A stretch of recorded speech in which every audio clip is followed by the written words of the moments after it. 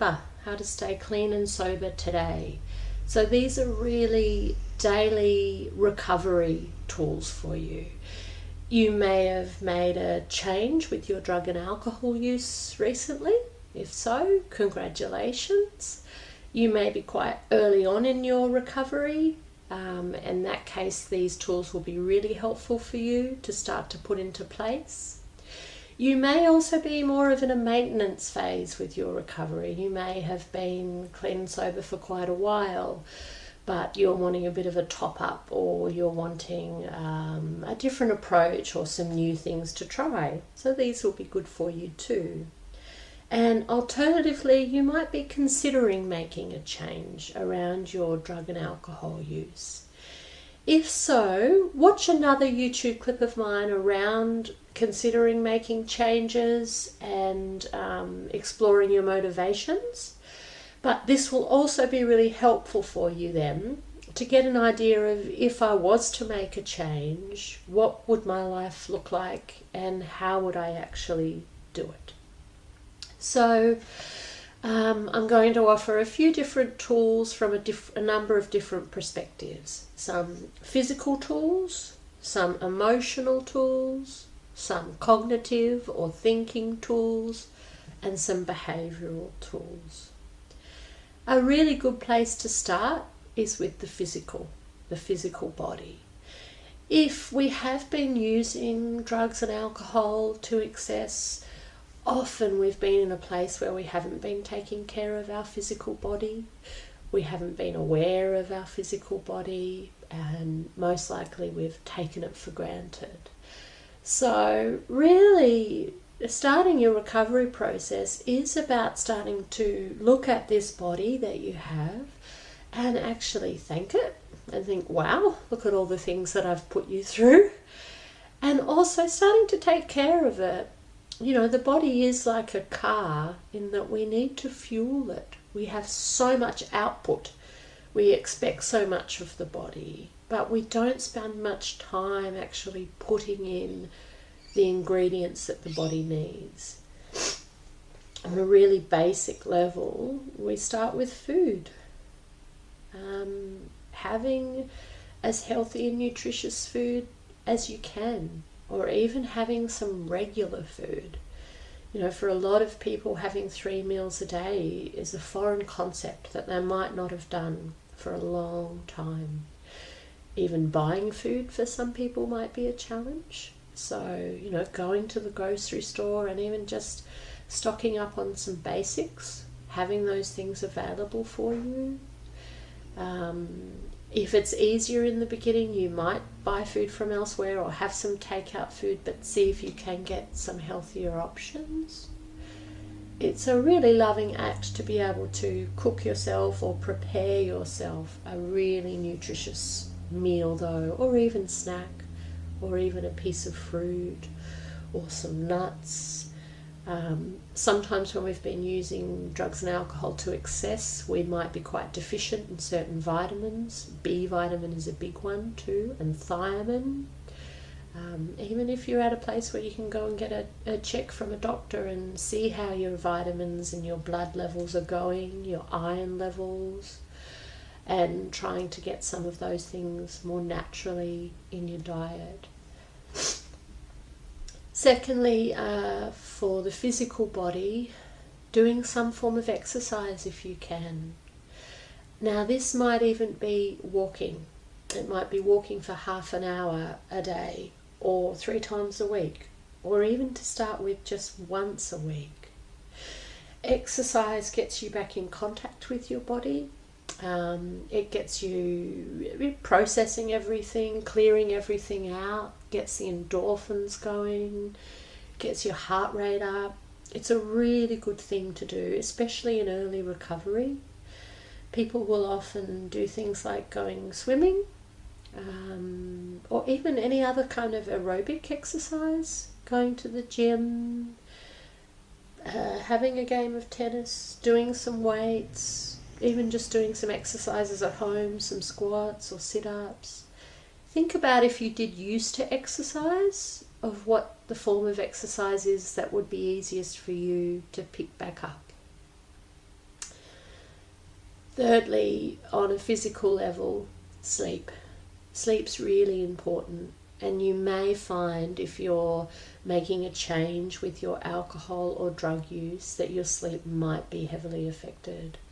A lot of people use certain drugs to get to sleep, and when they stop they can experience a lot of trouble sleeping. I have another YouTube clip around sleeping specifically which can be helpful, but the key around it is trying to get a regular rhythm, so trying to wake up at the same time every day, and roughly trying to go to bed at the same time every day, and starting to send messages to your brain again around your circadian rhythms, so that it's daytime, it's time to get up now, it's time to get out of bed, it's night time, it's time to start to wind down, it's time to go to sleep.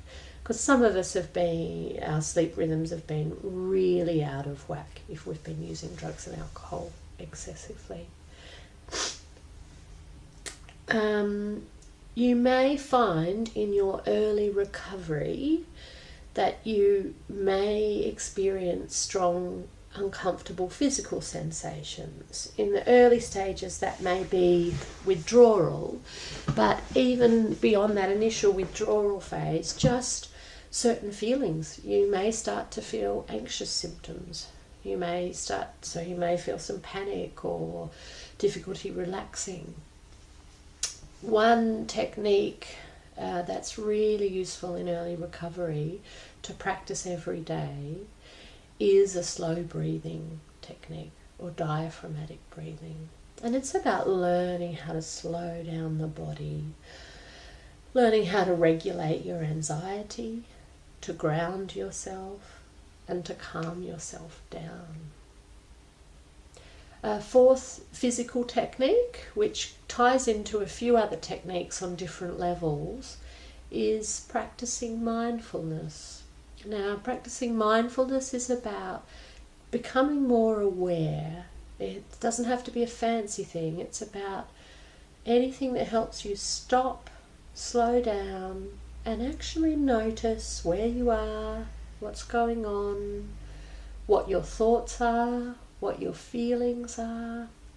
Starting to really move out of that automatic pilot and becoming more aware of yourself. Addiction, when we've been in addiction is all about automatic pilot or avoidance or lack of awareness. We create associations over time with addiction that we may start off, of course, using or drinking socially for enjoyment. We may do that for many, many years or some time. And then there's usually a change in use where we may start using drugs or alcohol to manage certain feeling states more. And then we may get to a point where we're using drugs and alcohol actually to be able to just function. So, and that level is all about lack of awareness. It's waking up, I need this to cope today, I just need this to get through this situation. So we become more and more reliant or dependent on those substances just to live and to function. So if you can be practicing mindfulness, which is about becoming more aware of your feelings, more aware of your physical body, more aware of your thoughts, you can step out of that automatic pilot and start to see the patterns. So you may be practicing mindfulness where you stop, let's say 3 times a day, and you just say, what am I feeling right now? And you may do that, and you may actually notice, oh, actually I'm feeling kind of anxious right now. I hadn't really noticed that. That's really powerful, because that level of anxiety might have been a trigger for you to pick up a drink again or to walk past the pub on the way home without even realizing it. But when you can become more aware and more mindful, it gives you then a little window of opportunity to not just react automatically, but to stop and choose how you do actually want to respond here. Do I want to go and get that drink? Or do I not? Have I made a decision? Have I made a choice that I don't want to do that? And in that case, how am I going to get through this? That leads us to our next main strategy, which is an emotional strategy. And the most powerful thing you can be practicing on an emotional level every day, as well as mindfulness, is what we call distress tolerance. So it's about learning how to tolerate distress, learning how to tolerate uncomfortable feelings, thoughts that you don't like, emotions, learning how to tolerate them without acting on them in a way that makes things worse. Learning how to tolerate and just stay with feelings without automatically reacting by picking up a drink or picking up a drug or calling someone risky. All of these things can work with other addictive behaviours too, with gambling, for example, with sex addiction, with work addiction, whatever it is, the behaviour has been, as well as the substance. These things all work in the same process. So you may, normally you may just find yourself at the club playing the pokies and not even kind of be aware of how you were feeling or what led you there or how you even got there. People often say that, I just found myself there. The mindfulness helps you stop and become more aware and track yourself through the day so you can notice, what am I feeling, what's going on for me, where am I at, what am I wanting? And then at the times that you do notice feelings that might be a trigger for gambling, let's say, that then at that moment you make that choice. I'm not going to go and play the pokies, so what I'm going to have to do is tolerate this feeling until it goes away. And one of my other YouTube clips is about that, a distress tolerance technique for strong feelings. But essentially what it's about is riding that urge out without acting on it until it goes away, and it will. The mindfulness, as well as noticing the content of our thoughts and feelings. So for example, let's say we start to notice more just what we say to ourselves in our heads every day, perhaps just how negative some of those messages are from our inner critic. We also start to notice some of our rules or assumptions about drugs or alcohol or our addictive behaviour and what we need to cope. So usually if we've been using problematically, we start to develop a lot of unconscious assumptions. So for example, that I need a drink to be in a social situation, or I'll tolerate this for a while, but if it gets too hard, I've tried, so I can have a drink now. Or I'm boring without drugs. Or I'm lonely. I'm lonely without other people to use with.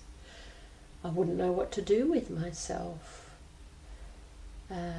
We can often start to compare. It's interesting who we choose our comparisons. We can often start to compare to people who don't use and just see how boring and meaningless their lives are, for example, and we can glorify and amplify how exciting drug use is. We can just focus in on the parts of it that were the good parts and totally forget the negatives and the costs, or usually the reality of what it's actually like. Often when we've got to that point of problematic use, for example with drinking, it's not fun. It's very lonely often, and we tend to even bypass the good feeling. We just go straight to the bad feeling. So just becoming more aware of your rules, assumptions, and what your head actually tells you about what you need to cope. Your critic tries to minimize your ability to cope. And we want to start to step back and actually just say, well, is that true? Where's the evidence that says I can cope in my life? without drugs or alcohol or addiction. The other thing practicing mindfulness does is, even if we take away all that content, it starts to let us be able to see that thoughts are just thoughts. You know, they're not actually real. They're passing events in our mind. They come and they go. They're not all of us. And if we can start to build our observing self, which is the part of us that can see that we're having certain thoughts, we start to see that we're not our thoughts. The kind of practice that enables us to do this is some sort of daily mindfulness meditation practice, usually a formal practice. You're practicing for 10 or 20 minutes a day. And there's lots of other information that I have about these practices. But usually we sit and perhaps just focus on the breath for 10 minutes. And in that, then the mind wanders off and we keep bringing it back to the breath, perhaps in the belly, moving. And the more we're able to just stay with that practice, just coming back, not going off with the thoughts, we get better and better at practicing that distress tolerance and being able to see our thoughts just as thoughts. And the last area of strategies is around behavioural strategies. So things to actually do every day that help you in your recovery. One,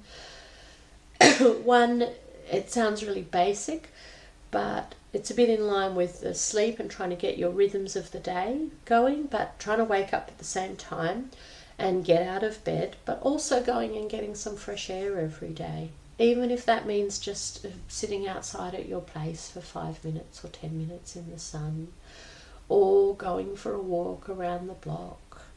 Actually getting outside, getting in that fresh air, it's so good. And the sunshine too. Research does show that the melatonin that the sun helps trigger is really, really positive for our mood. Some antidepressants are now are based around melatonin, because they've realised that's another chemical that can be powerful in lifting our mood.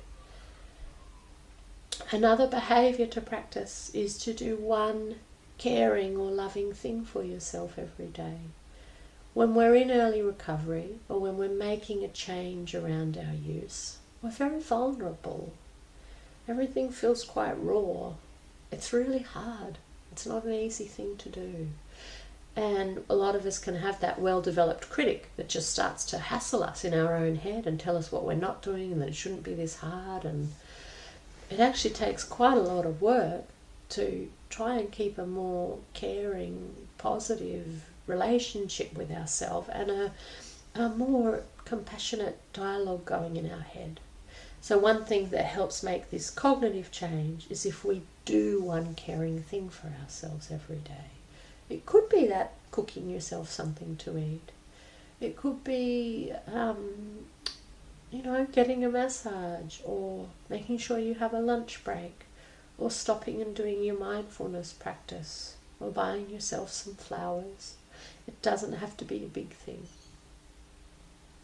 On that note, if you can do one thing a day that is around your recovery or around maintaining your change, that's also really helpful, because what can often happen is, let's say we make a change or we have a period of abstinence, we go, yep, this is great, and we're cruising along then, and let's say whether it's a week or a month or 6 months down the track, we think, yeah, I got this in the bag, this is great, I don't need to really work on this anymore.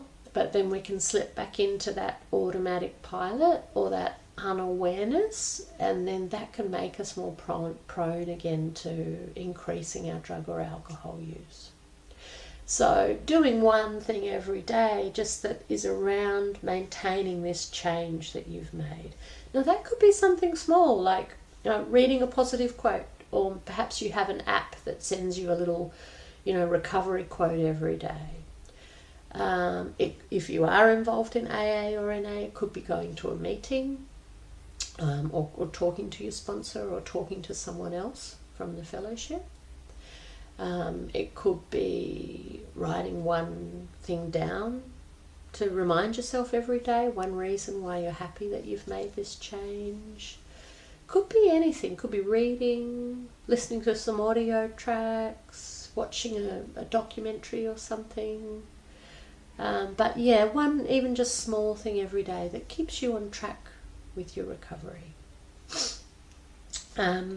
Journaling is also a really good behavioural kind of thing to do every day. Just buy yourself a little notebook. Could even be a 20-cent exercise book, or could be, quite a lovely journal or something. And there's lots of different ways of journaling. You can just free journal, so just write whatever comes to your mind. It's a good one, free association. Or also, one thing I often encourage people to do is at the end of each day, write down one thing that they enjoyed, one thing that they did well enough, and one thing that they're grateful for. You could use your journal just to express your feelings. When you're feeling sad, you might just write and cry, and that's okay. What else? Oh, and another daily kind of practice, or a regular practice too, is to have at least one person to talk about your feelings with, or to talk about your change or your recovery. I always recommend, if you can, to have one professional person, but then one person in your personal life too, a friend or a loved one, or another person in recovery too. And sometimes you might have quite big, deep and meaningfuls, but other times it might even be just checking in, how you're going today, you're struggling, helping each other, needing any help. So there's some daily practices around the physical body, the emotional, the cognitive, and the behavioural. I really hope some of these will be useful for you. Now, to start with, they're all great, but you may even just pick one of these practices. You may say, right, I'm going to do this one thing, and that I'm going to try and stick with that and get that going. Or you may even pick 5 or so, or you could even try the whole lot one time. It's about what works for you. Whatever the case, stick with your change. You're doing really well. It's incredibly difficult, and it takes a lot of courage to keep going. So I feel proud of anyone that is making that sort of change. And keep trying to recognise that in yourself, and congratulate yourself and support yourself. If you'd like to find anything more about me, you can on my website, jerrymobs.com.au. I've got a number of other YouTube clips and podcasts, and I'm also on LinkedIn. So all the best, staying clean and sober every day, or cutting down and making a change.